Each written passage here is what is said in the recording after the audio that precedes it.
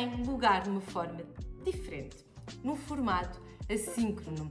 Sabe, é que o meu convidado encontra-se a milhares e milhares de quilómetros, mais propriamente na Etiópia, não sendo possível transmitir esta conversa em direto.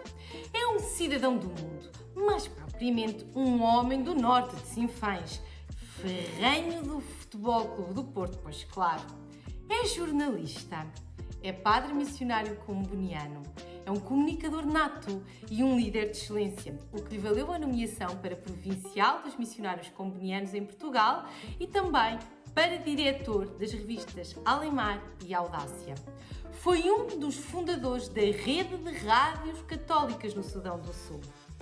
Da Etiópia ao Sudão do Sul, com uma breve passagem de 8 anos por Portugal, como confidenciava comigo, regressa 21 anos depois, no final de 2021, à Etiópia para se dedicar à pastoral direta.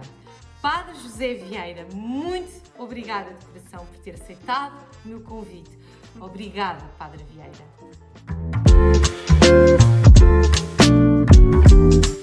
Padre Vieira, a Etiópia tem paisagens absolutamente lindíssimas, uma cultura gastronómica riquíssima. Mas eu arrisco a dizer que para visitar a Etiópia, e agora falo apenas em visitar a Etiópia, temos de sair da nossa zona de conforto. No seu caso, decidir que a Etiópia vai ser a sua casa durante os próximos anos, eu arrisco a dizer que é quase uma missão radical. Concorda? A missão na Etiópia é uma missão diferente. Estou no país africano que nunca foi colónia de ninguém, um país com uma cultura milenar, documentada através de sítios históricos como a cidade santa de Aksum. Claro que vive-se aqui de uma maneira diferente do que se vive em Portugal, é verdade. Por exemplo, onde eu vivo, numa montanha a 2.300 metros de altitude, numa aldeia que se chama Quilenço, há eletricidade, mas há constantemente cortes no fornecimento, portanto a gente tem que estar com atenção, por exemplo, para manter os tanques de água cheios, para termos água na missão. Por exemplo, comunicar através do telemóvel e através da internet exige alguma ginástica. Através do telemóvel é fácil, basta sentar-me à frente da igreja, tenho lá a rede.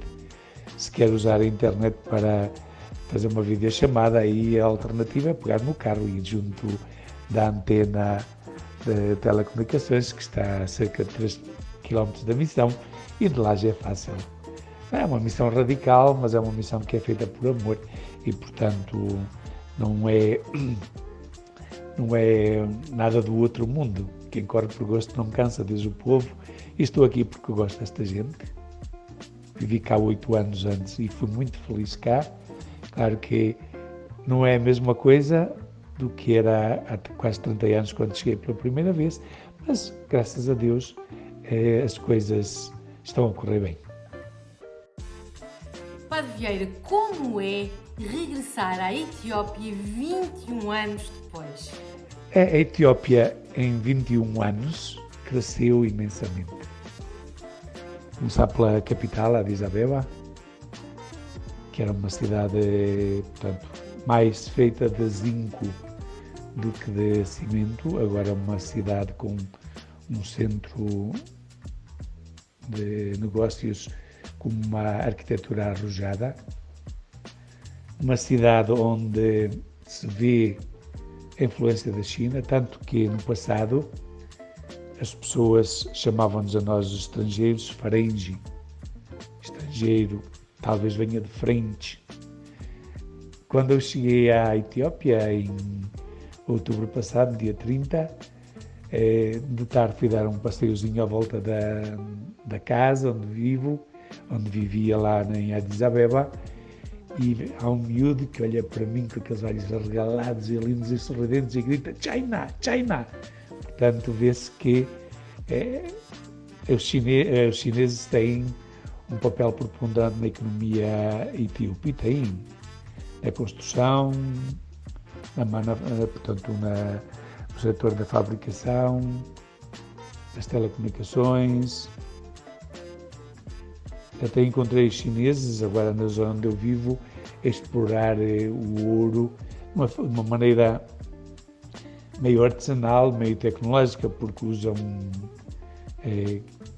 escavadoras para escavar portanto, o solo ao longo do rio Uata, mas depois lavam como toda a gente, não é? Portanto, o país cresceu imenso, tem uma rede viária de Alcatrão, portanto, a autoestrada que liga Addis Abeba ao sul já tem 140 km e vai ligar Addis Abeba ao Ouassa.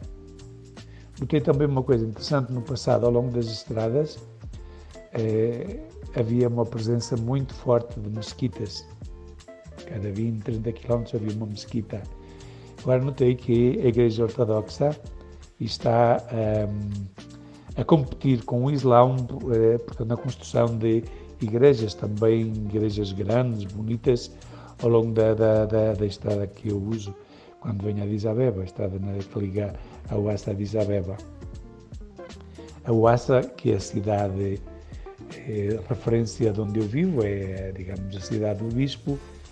Quando eu parti há 21 anos, era uma cidadezinha que teria uns 40 mil habitantes, uma cidade rasteira, sem alcatrão, portanto uma estrada com as ruas quase tudo de terra batida. Hoje em dia tem grandes avenidas de duas ou três faixas de cada lado, construções imensas. Portanto, cresceu muito também no setor da educação. A Ouassa é uma cidade universitária com muitas instituições de ensino terciário. E depois a mudança maior foi para onde eu vim. O povo Guji, com que eu trabalho, que é um povo que pertence à etnia Oromo, a etnia maior da Etiópia, passou por uma autêntica revolução cultural nos últimos 20 anos. Tradicionalmente é um povo dedicado à criação de gado, que desprezava completamente a agricultura, e agora o meu espanto é ver que se tornaram agricultores exímios e produzem tudo, desde vegetais, a cereais, café, chat, que é uma droga legal na Etiópia, couves. A gente quando passa pelos montes onde antes havia floresta quase virgem, agora infelizmente vê campos e campos e campos de vegetais. Esta transformação trouxe um nível de qualidade de vida que o povo não estava habituado, portanto vivem, vestem melhor, comem melhor, têm melhores casas, e também trouxe uma grande revolução no setor da educação.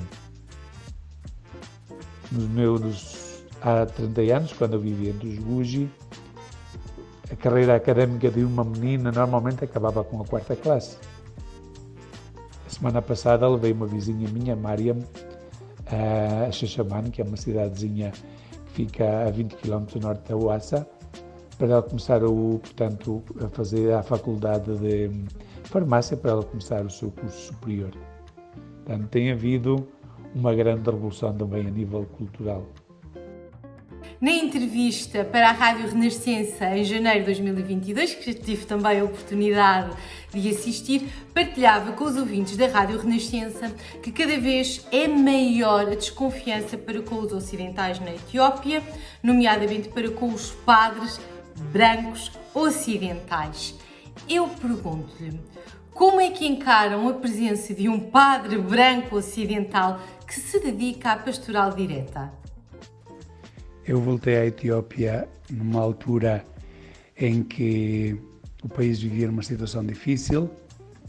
Os rebeldes tigrinos estavam às portas de Addis e havia uma retórica muito anti-ocidental, muito anti-europeia, muito norte-americana, acusando os europeus e os norte-americanos de apoiar os rebeldes tigrinos e de querer uma mudança de regime na Etiópia, neocolonialismo, etc.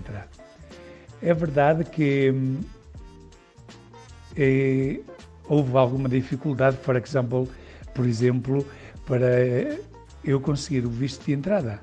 Uma altura em que muitos dos ocidentais deixaram o país a conselho das embaixadas. Eu tive que ir ao Quênia para mudar o visto de turista para funcionário de uma ONG, porque a Igreja Católica na Etiópia é considerada uma ONG, e fui com um colega meu para pedir, portanto, o visto de ONG, o visto eletrónico. Eu fiz os 2 pedidos. O meu colega, que era da República Democrática do Congo, conseguiu o visto dele em 4 dias. O meu demorou quase 2 semanas a vir. E quando cheguei a Addis Abeba, ao aeroporto, com um passaporte português e um visto ONG, o funcionário da alfândega reagiu de uma maneira muito estranha. Chamou o supervisor perguntou-me onde é que eu arranjei o visto, e eu disse, bem, é um visto eletrónico passado pelo teu governo. Espera aí, estive mais de meia hora à espera que me dessem autorização para entrar no país. Portanto, havia da parte do governo uma certa desconfiança, porque é verdade, numa altura em que muitos dos europeus e norte-americanos deixavam o país, um trabalhador de uma ONG que entra podia ser um espião. Eu acho que foi isso que me levaram a crer. Mas a nível local, a minha presença não traz qualquer problema às pessoas. As pessoas ficam muito felizes, sobretudo quando nos param nos pontos de controle das estradas, de eu falar Guji e saudar a polícia ou os tropas em Guji, e as pessoas ficam... Eu sou o único homem branco nesta zona onde eu vivo. Há uma irmã da Roménia, uma irmã das Irmãs de Matriz de Calcutá, e eu, o resto, os outros missionários. O meu colega é do Togo, e as irmãs missionárias da Caridade são indianas e uma caniana. Portanto, a nível local não há problema nenhum, há muita simpatia. Eu até brincava às vezes com as pessoas e digo, vocês são racistas, ao contrário, são muito duros com vós próprios, e comigo, porque sou estrangeiro, vocês tratam-me melhor do que se fosse um etíope. Não há problema nenhum. A nível de igreja, a Igreja Ortodoxa sempre viu com maus olhos a presença dos missionários católicos no país. Há uma relação difícil entre os missionários católicos com a Igreja Ortodoxa, que começou no século XVII, quando os jesuítas portugueses vieram à Etiópia e tentaram romanizar os ritos, a oração, o modo de ser igreja, para, portanto, convenceram o rei a deixar de ser ortodoxo e a ser romano-católico. E, portanto, foi uma experiência difícil, que ainda perdura na memória das pessoas. Mas, a nível local, não vejo nenhuma animosidade por ser branco e por estar aqui. As pessoas recebem-me e ficam admiradas. Por exemplo, normalmente os brancos falam o amárico, que é uma espécie... Portanto, é a língua da tribo Amari, que funcionava no passado como uma língua nacional. E é muito estranho para eles que eu fale Guji, dialeto oromo, e que não saiba nada de amárico. O contrário era costume, que os missionários falassem amárico e depois traduzissem para a língua local, tradutores traduzissem para a língua local o seu conteúdo. Mas a língua, uma vez que isto tem a ver com isso, a língua local é o instrumento de trabalho fundamental do missionário, não só para evangelizar, para anunciar o Evangelho, mas também para dizer Deus de uma maneira que é inteligível às pessoas. Nós não viemos cá com coisas novas, por exemplo, um dos esforços que nós fazemos é ver se há pontos entre o Evangelho e a cultura Guji. Há coisas interessantes como a hospitalidade, a responsabilidade pelos mais fracos, o respeito pela natureza, o conceito de paz. Eles passam o dia a desejar paz uns aos outros. A palavra paz em Guji é Nageya. E a gente começa logo de manhã a dizer Nageya Bulte, passaste a noite em paz, a tua família está em paz, o teu gato está em paz, os teus campos estão em paz, tu estás em paz. Portanto, este desejo de harmonia, de pacificação, de bem-estar é parte da cultura Guji e tem muito a ver com o conceito de paz bíblico, shalom de hebraico, que é esta integridade, esta integralidade, este bem-estar que todos queremos. Portanto, é importante isso, ligando também à cultura e ligado ao facto de ser branco, não me sentir nem desafiado ou inseguro, nem me sentir, digamos, rejeitado. As pessoas respeitam-me, porque eu também as respeito e gosto muito delas. Nas minhas memórias de infância estão guardadas as vossas aventuras, as aventuras dos padres missionários combonianos, as aventuras do meu tio Carlos, do padre Vieira, do padre Vítor, do padre Pinheiro, entre outros, e lembro-me que todas elas têm um ponto comum: a diversidade cultural que vos acompanha, gastronomia diferente, um idioma diferente, formas de vida e de viver a vida completamente diferentes, negociações com locais. Eu pergunto-lhe, Padre Vieira, como sobreviver a um impacto cultural gigantesco? A atitude fundamental de um missionário quando vem para a missão, no meu caso, para o meio dos Guji, é olhar a cultura hospedeira, a cultura que nos acolhe, o povo que nos acolhe, como um espaço sagrado. Claro que a gente vem, por exemplo, eu até chegar à Etiópia em janeiro de 1993, eu não tinha nem ideia de quem era o povo Guji, nem sequer sabia que eles existiam. Quando me deram o trabalho, o Guji como espaço geográfico e cultural de trabalho missionário na Etiópia, a primeira coisa que eu tive que fazer foi aprender a língua. Claro, é aprender uma língua local, com uma gramática complicada, mas que ainda não está 100% codificada. Aprender uma língua local sem uma escola de língua dá muito trabalho e é frustrante.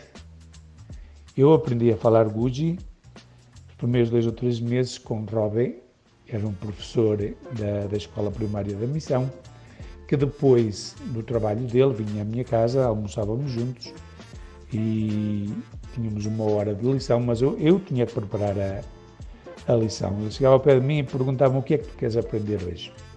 Claro que uma vez que eu estava confortável com um mecanismo da língua, sabia mais ou menos a gramática, como ela funcionava, a partir daí comecei a relacionar-me com os miúdos. Porquê? Porque as crianças não têm preconceitos. Se eu, ao construir uma frase, dou um erro, eles riem-se e corrigem-me. Um adulto é capaz de pensar: bem, ele é estrangeiro, se ele diz assim é porque é assim. Claro que é um trabalho muito lento aprender uma língua em que, digamos, a gramática e o dicionário são rudimentares. Eu tenho a impressão que o Robe aprendeu mais inglês comigo, que eu aprendi Guji com ele durante aqueles 3 meses em que trabalhámos juntos. E depois ver como a língua funciona, porque, por exemplo, a gente diz meu irmão e no plural diz minhas irmãos. E porquê? Porque é assim. Pronto, temos que aceitar que a língua não é uma lógica, mas é uma estrutura que um povo criou para comunicar e a gente tem que entrar portanto, na dança da comunicação se quiser comunicar. Eu sou bastante perfeccionista e ao princípio tinha medo de dar erros e depois estava mais tempo calado do que a falar. Isso fez com que, por exemplo, eu começasse a sentir-me 100% confortável, à vontade com a língua, quase 2 anos depois de ter chegado. Mas se a gente não aprende a língua, a gente nunca chega às pessoas. Eu lembro-me que, por exemplo, nós na missão de Haruat, onde eu vivi 6 anos, há 25 anos atrás, havia uma comunidade de irmãs. Havia uma irmã que era enfermeira e, claro, no trabalho dela usava tradutores. Ela chegou à missão no dia à noite, no dia do seguinte de manhã, pôs a bata branca, o estetoscópio e foi trabalhar. Eu, quando cheguei, deram-me 3 meses sem nenhum trabalho, sem nenhum compromisso, para eu estudar a língua. Quando íamos à casa das pessoas, as pessoas nos convidavam para comer alguma coisa e para convivermos. Claro que a irmã Laura ficava muito frustrada porque ela não conseguia falar. E ia dizer, mas Laura, tu chegaste, não deste nenhum espaço à língua, tu chegaste, és uma profissional, deste 100% ao trabalho. É preciso a gente, de facto, perder tempo e, portanto, para depois ganhar tempo na relação com as pessoas. Claro que aprender uma língua aos 33 anos, que foi o meu caso, é uma experiência dura, porque a gente volta a ser bebê, a gente às vezes quer dizer bom dia e esquece. Eu voltei, é fácil, passaste a noite em paz, basicamente é como a gente diz bom dia. Mas esquece porquê? Porque a língua ainda não é parte do nosso sistema. Uma vez que a gente começa a pensar em gujo quando fala, e pronto, a coisa terminou. É comida. Eu sempre tive muita curiosidade em provar coisas novas.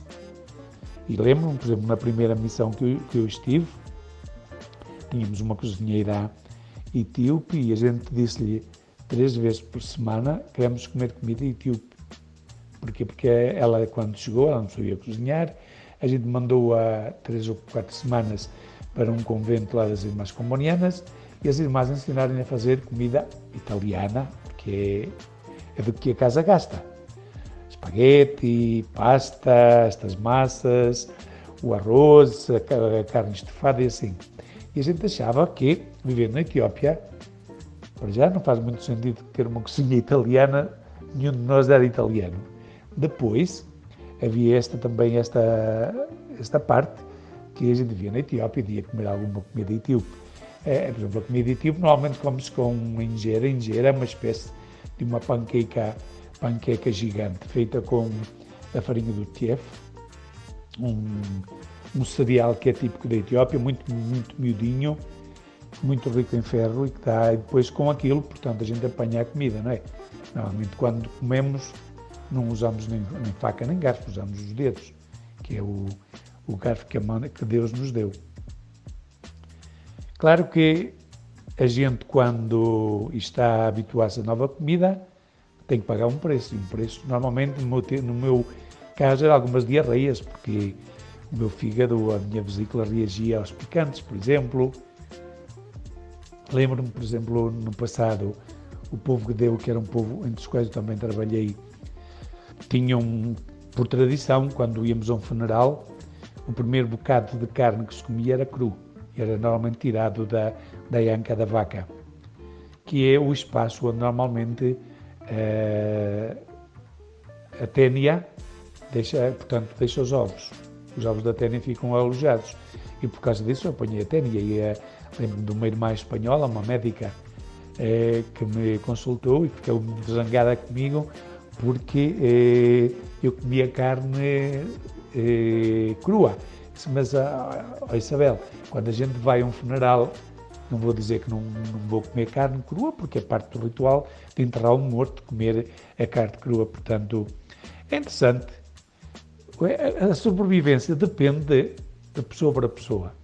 Uma pessoa curiosa como eu, que gosta da novidade, que gosta de descobrir, está sempre disposta a pagar a fatura, digamos, da descoberta e é uma experiência linda. E depois acaba por ser uma experiência de humanidade. Eu, portanto, experienciei-me como homem, como pessoa, de uma maneira diferente, vivendo aqui entre os Guji. Há uma história, Padre Vieira, que ficou particularmente guardada na minha memória. Recordo-me do Padre Vítor partilhar connosco em casa dos meus pais e dos meus tios que a mãe do Padre Vítor, uma senhora já com alguma idade e que só falava português, foi visitar o filho sozinha às Filipinas. Aeroportos internacionais e voos internacionais e uma senhora com alguma idade que não falava inglês nem outro idioma. E o Padre Vítor, com muito bom humor, dizia, e recordo perfeitamente as palavras do Padre Vítor: se a minha mãe me consegue ir visitar sozinha às Filipinas, tudo é possível. Eu pergunto-lhe, Padre Vieira, a boa vontade e a linguagem não verbal permitem que consigamos comunicar com o outro? Qual é o poder da linguagem não verbal para comunicarmos com os outros, mesmo quando não conhecemos o dialeto local? A comunicação não se esgota na comunicação verbal. Eu lembro-me, quando eu estudei teologia na Inglaterra, eu tinha uma família escocesa que era muito minha amiga. E às vezes a senhora da família, a mãe da família, a Margaret McPeak, telefonava-me, quando eu já estava em Portugal, e telefonava e dizia que queria falar com a minha mãe. Ela não sabia uma palavra de português e a minha mãe não falava uma palavra de inglês. E via ali as duas em alta gargalhada, felizes. Prontos, porquê? Comunicar é feito com palavras, é feito com gestos, é feito com emoções, é feito com muita coisa. A comunicação faz de imensas coisas. Claro que a comunicação verbal é a mais entendível e a mais prática. Mas é possível a gente comunicar através de gestos. Às vezes também saem as coisas trocadas. Por exemplo, uma vez eu ia a conduzir e estava calor e parei, juntou-me um pequeno bar, entrei e queria beber uma Coca-Cola.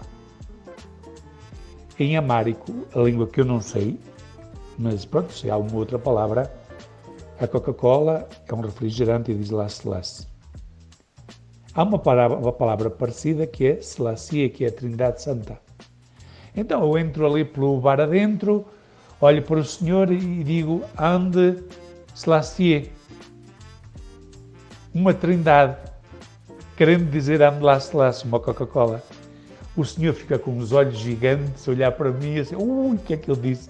E então, pronto, eu corrigi e ele lá não tinha a trindade para vender, mas tinha uma Coca-Cola e ele riu-se. Portanto, é verdade que a experiência de comunicação faz com palavras, faz sem palavras, faz com afetos, faz com gestos e faz sobretudo também com silêncios. É porque quando a gente está silencioso com outra pessoa, há uma corrente de afeto que se estabelece. Portanto, nem tudo se diz por palavras, nem tudo se diz por silêncios, mas palavras, silêncios, gestos são parte de uma comunicação, assim como também a linguagem corporal. Padre Vieira, qual foi a experiência mais desafiante que até agora viveu? A experiência mais desafiante que eu vivi até hoje foi os 7 anos que eu passei no Sudão do Sul. Eu fui para o Sudão do Sul em 96, em novembro de 96, integrando uma equipa de 2 irmãs combonianas, uma mexicana e uma italiana, e 2 combonianos, um irmão espanhol e eu. Portanto, o nosso objetivo era estabelecer uma cadeia de rádios no Sudão do Sul. Portanto, o país, nós fomos em 2006,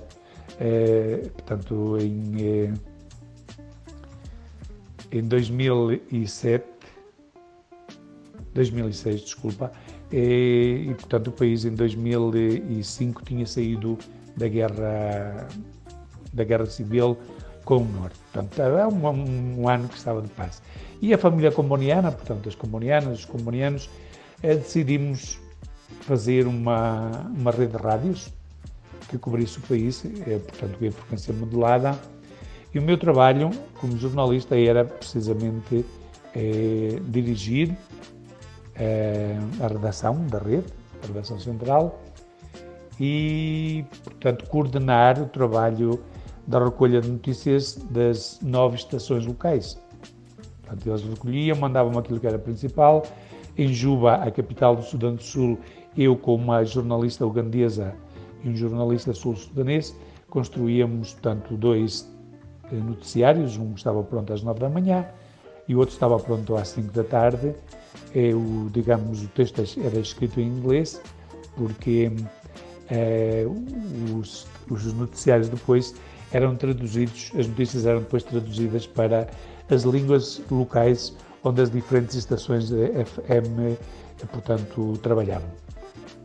E quando chegamos a um país que tinha acabado de sair de uma guerra civil, de 93 até 2005, portanto, com a estrutura escolar completamente destruída, era muito difícil encontrar gente para trabalhar connosco. A solução era prepararmos nós próprios os radialistas, os jornalistas, os programadores, todo o pessoal que faz parte da rádio.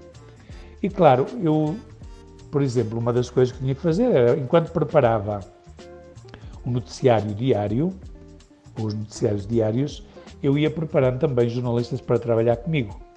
Claro que quando eles chegavam ao fim, já estavam, passado 1 ou 2 meses de trabalho conjunto, estavam prontos para trabalhar, e normalmente deixavam a Rede Católica de Rádios, que era assim que era chamada, portanto, a nossa rede, Catholic Radio Network, para se juntarem à Mireia, a Rádio das Nações Unidas, ou a rádios privadas que existiam em Juba.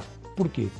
Porque nós éramos forretas, nós pagávamos $500 por mês, que era aquilo que no nosso orçamento era possível pagar a um jornalista. Enquanto que nas rádios privadas eles podiam pagar de $1.000 a $2.000, e claro que para um jornalista se pode ganhar 1.000, porque é que vai ficar só com 500, se pode ganhar 2.000. E claro, a mim havia esta frustração, porque eu estava a preparar gente para tentar, digamos, diminuir a minha carga de trabalho, e via que eles acabavam na concorrência. E um dia até disse à irmã mexicana, que era a diretora da rádio de Juba, a Cecília, Cecília, sabes o que eu me sinto? Sinto-me no meio do rio Nilo, com um pau a fazer buracos. Tiro o pau e o buraco desaparece. Porquê? Porque esse era, digamos, a minha frustração. Claro que foi um problema que se resolveu quando o mercado de jornalistas estabilizou. Já havia jornalistas que saíam para todas as casas editoriais de rádio e televisão e de jornais que funcionavam em Juba, e aí depois pude levar uma vida normal. Mas, digamos, era desafiante, porque tinha que ensinar a usar computadores, tinha que ensinar a usar MP3, técnicas de gravação, de desgravação, produção áudio, escrever a notícia, e depois voltavam mesmo. Mas graças a Deus, depois tudo se passou. E já agora, qual foi a experiência mais gratificante que teve a oportunidade de vivenciar? A experiência mais gratificante para mim, como missionário, foi ter regressado à Etiópia e ter encontrado o que encontrei. Eu, quando vivia da primeira encarnação cá na Etiópia, eu era diretor da escola da 5ª ou 8ª classe, e uma das grandes frustrações que eu tinha era que as meninas não chegavam a 10% dos alunos matriculados na escola. Havia uma atitude, digamos, negativa em relação à escolaridade das meninas. Lembro-me que aqui o ano escolar começa depois do 11 de setembro. O 11 de setembro na Etiópia é o ano novo. Mascareme toquei, o primeiro dia de Mascareme, que é o primeiro mês do ano. E era a altura em que normalmente as crianças se registavam na escola, se matriculavam, e então eu, quando ia celebrar missas ou encontrava com as pessoas, eu tentava puxar a questão da escolarização no feminino. Lembro-me que às vezes os anciãos, que são no fundo aqueles que controlam um bocadinho a vida da tribo, às vezes respondiam assim de uma maneira muito tosca. Mana parumsa, mana charmuta. Literalmente, a casa do ensinamento é a casa da prostituição. Portanto, eles tinham este receio que uma menina chegasse, portanto, quando a puberdade estivesse na escola, e se tornasse uma prostituta. Claro, porque há uma realidade interessante que é, por exemplo, nos casamentos tradicionais, a noiva tem que ser virgem. E por isso é importante preservar a virgindade das meninas até ao casamento. E a mim desgostava-me porque eu via e eu dizia às pessoas, primeiro, as meninas têm as mesmas capacidades intelectuais dos rapazes e têm o direito à educação como os rapazes têm, e depois, educando uma mulher, digamos, os retroativos são muito maiores do que educando um homem. Educando uma mulher, educa-se uma aldeia, disse tradicionalmente cá em África. Agora, quando eu cheguei, 20 anos depois, e encontro na escola, que eu sou diretor outra vez, noutro sítio, em Quilenço, que dos 186 alunos da 5ª a 8ª classe, metade são meninas. Não só meninas que eu conheci pequeninas, agora são licenciadas, outras, portanto, são professoras, outras estão a frequentar a universidade ou a frequentar portanto, as faculdades ou as escolas técnicas. Portanto, a grande experiência gratificante levou tempo, mas as pessoas descobriram o valor da educação, antes de mais, e o valor da educação da mulher. E é bonito ver, porque normalmente, como em todo lado, as meninas daqui ganham os rapazes. Quando aqui o sistema de educação é um bocado esquisito, porque depois do 12º ano os estudantes fazem um exame de admissão à universidade e, dependendo desse exame de admissão, eles têm direito a escolher para onde ir ou é-lhes dito para onde ir. Portanto, quem tem uma percentagem superior, acho que é 400, pode escolher o curso que quer, onde quer. Quem tem abaixo disso vai para onde mandam. E, portanto, as meninas normalmente têm melhor média que os rapazes. E é bonito ver isso.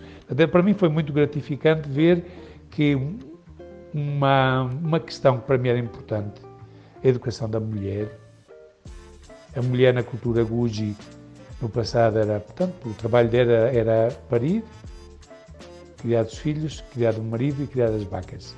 Não tinha mais valor, nem mais direitos, nem mais interesses. E agora a gente vê que a mulher portanto, é um elo de desenvolvimento da tribo, um elo de desenvolvimento local, e é bonito vê-las vestidas, não como lembro-me no passado. Nós tínhamos uma tradição de organizar alguns campeonatos de futebol entre as diversas missões. Eu lembro quando vivia em Aruato, lá naquele filme, no fim do mundo, no dia anterior a nós, portanto, hospedarmos o jogo no nosso campo, na nossa missão, as meninas que normalmente andavam à volta da missão, eu dava-lhes sabão, dava-lhes uma agulha, dava-lhes linhas e eu dizia: agora vocês vão lavar as vossas t-shirts, remendar os buraquinhos para que as mamitas não saiam pelos buracos portanto, das t-shirts e para que não vos gozem. Agora vejo estas meninas vestidas, às vezes melhor do que na Europa, com as calças justinhas e todas abonecadas, e é bonito ver, portanto, este grande desenvolvimento. O Padre Vieira, enquanto jornalista, conhece como ninguém o poder transformador das palavras. Mas há uns meses partilhava na entrevista para a Rádio Renascença que depois de tantos anos ligado a tarefas burocráticas, sentia necessidade de colocar novamente as mãos na massa. Contudo, o Padre Vieira continua a escrever. Tem um blog, Girena, continua também a colaborar com a revista Alemar. Eu arrisco a dizer, Padre Vieira, que uma vez jornalista, jornalista para sempre. Mas afinal, comunicar não é também estarmos ao serviço dos outros? Eu concordo plenamente contigo. Portanto, comunicar é estar ao serviço dos outros e digo mais, comunicar é empoderar o outro, é dar-lhe poder. Por isso, no meu trabalho, mesmo quando eu era provincial, para mim era importante fazer circular informação entre os meus confrades, para eles saberem o que se passa. Porque quando nós comunicamos, estamos, portanto, a dar ferramentas de leitura da realidade, informação e outros elementos que ajudam as pessoas a fazer escolhas e a saber o que se passa. Claro que eu realmente vejo-me como um comunicador. Um comunicador através da palavra escrita, de que eu gosto muito. Gosto muito de escrever, às vezes até uns versinhos e assim. Mas para mim a comunicação é sobretudo partilha de experiências. Eu não gosto da comunicação tipo professoral, portanto eu respeito os académicos, mas por exemplo quando vivia no Sudão do Sul tinha algumas amigas académicas estrangeiras que estavam a trabalhar as suas teses de doutoramento com algumas das tribos no Sudão do Sul e às vezes tínhamos algumas discussões, eu dizia, eu como jornalista comunico para explicar, portanto, desconstruir a realidade para as pessoas entenderem. Vocês, os académicos, parece que a vossa comunicação é complicar a realidade. Com essa forma dura e, digamos, complicada de escrever, de se expressar, grandes parágrafos que parecem tijolos, isso não ajuda a comunicação, dificulta a comunicação. O facto de eu ter sido radiojornalista durante 7 anos ajudou-me a simplificar a comunicação, porque, claro, na rádio temos que falar uma linguagem oral.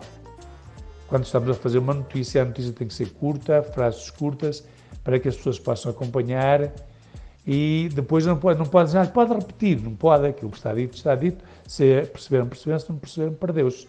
Portanto, para mim, a comunicação tem que ser uma comunicação simplificada, uma comunicação que ajuda as pessoas a entender o contexto, a realidade e entender-se a elas próprias, também é importante. E depois, uma comunicação que dê chaves de leitura para a realidade em que vivemos.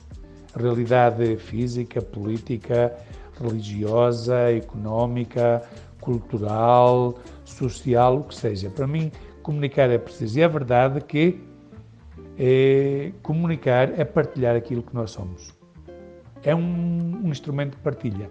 Por exemplo, eu tenho o blog, a Girena, que é uma palavra Guji, quer dizer vida, e lá comunico um bocadinho as minhas experiências pastorais, os meus pensamentos, falo sobre as pessoas com que eu trabalho, sobre as paisagens que eu vejo, com algumas fotografias a ajudar. Porquê? Porque eu sinto necessidade de partilhar, de comunicar. Nós não somos felizes sozinhos, nós não somos felizes guardando informação para nós somos felizes partilhando informação e partilhando a nossa vida. Para terminar, proponho-lhe um desafio, Padre Vieira. Uma palavra, o que significa para si?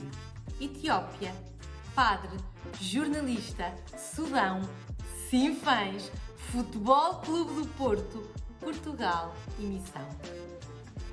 Etiópia, a minha outra terra. Padre, servidor. Jornalista, comunicador. Sudão, terra santa comboniana. Sinfãs, o meu ninho no Monte Muro. VQPA, o meu clube, claro está. Portugal, as minhas raízes, missão, partilha. Padre Vieira, muito obrigada, mas obrigada mesmo de coração, por me ter dado o seu tempo numa vida tão diferente da nossa e nem a distância e as dificuldades técnicas ou aqui os desafios técnicos nos impediu de estar à conversa, de relembrar memórias e das vossas histórias fabulosas enquanto missionários combonianos. Muito, muito obrigada. E a todos os que têm acompanhado as minhas entrevistas aqui no canal do YouTube, dou agora por terminada a primeira temporada da minha rubrica Conversas Comigo. Foi um privilégio entrevistar durante 6 meses pessoas tão diferentes, que todos os dias fazem a diferença na vida dos outros, longe dos holofotes da ribalta. Muito obrigada e relembro-lhe que pode ver e rever sempre que entender as entrevistas no meu canal do YouTube e partilhe também com quem entender que possa ter utilidade. Obrigada e votos de um bom dia.